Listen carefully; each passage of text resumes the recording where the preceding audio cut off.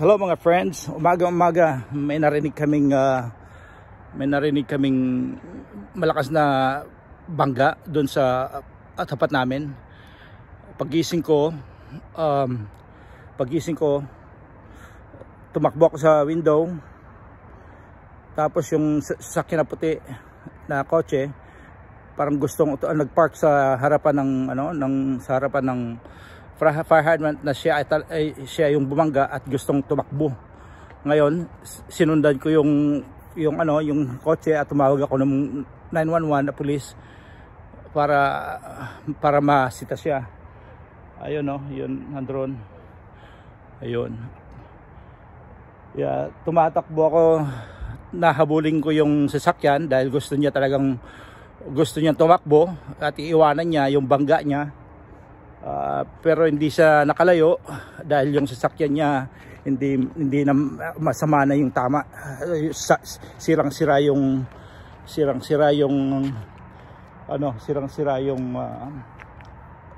harap. Pero tumatakbo pa rin, pinipilit niya tumakbo. Nagpark siya dito, nakikita ko sa malayo. Hindi ako lumalapit dahil baka alam mo na, yung mga tao dito may barel.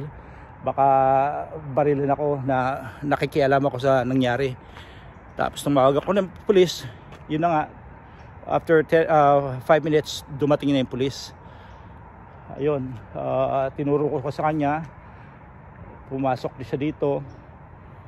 Nataranta yata, hindi yata taga rito yun eh, yung mataas na tao eh.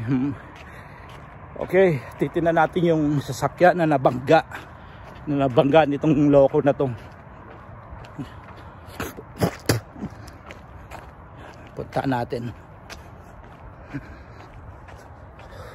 Umaga kagising ko pa, ano ko lang ng alarm, kaon pa lang ng alarm, nagising ako. Tapos nagising din ako sa malakas na kalabog ng bangga.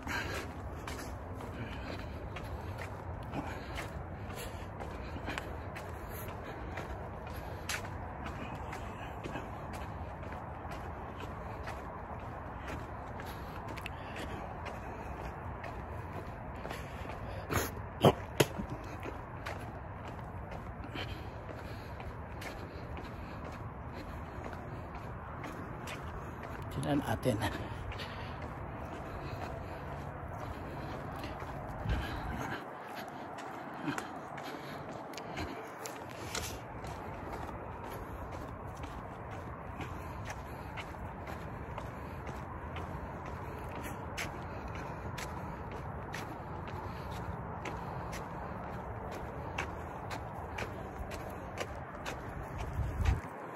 Layo.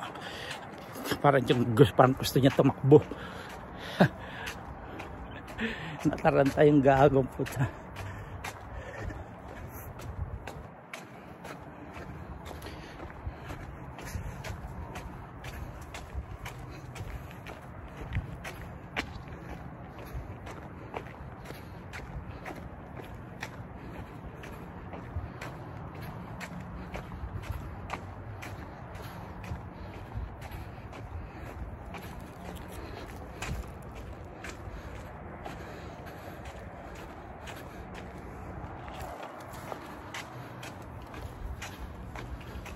Yun yung bahay Yan, yun ang bahay ko. Tapos dito malakas ang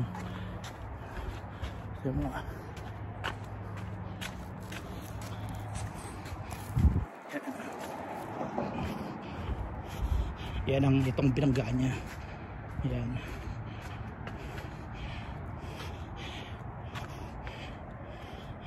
Katabi ng itong binangga niya.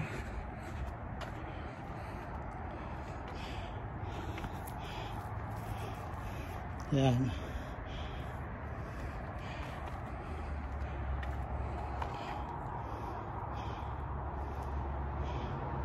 Binangga niya. SUV. Nga itim. Boom.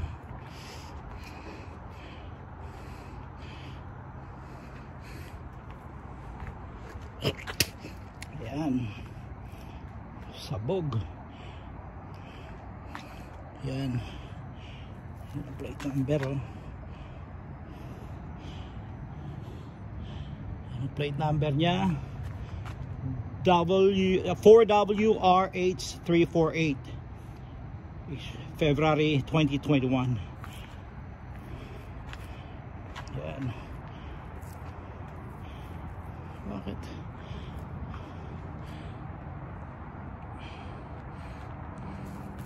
Yan kapiraso mo.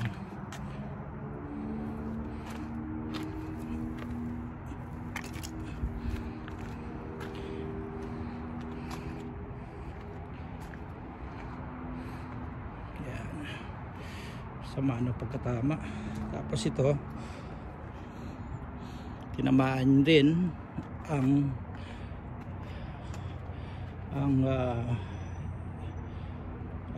Mercedes. Ito bilangganong loko na gustong tumakbo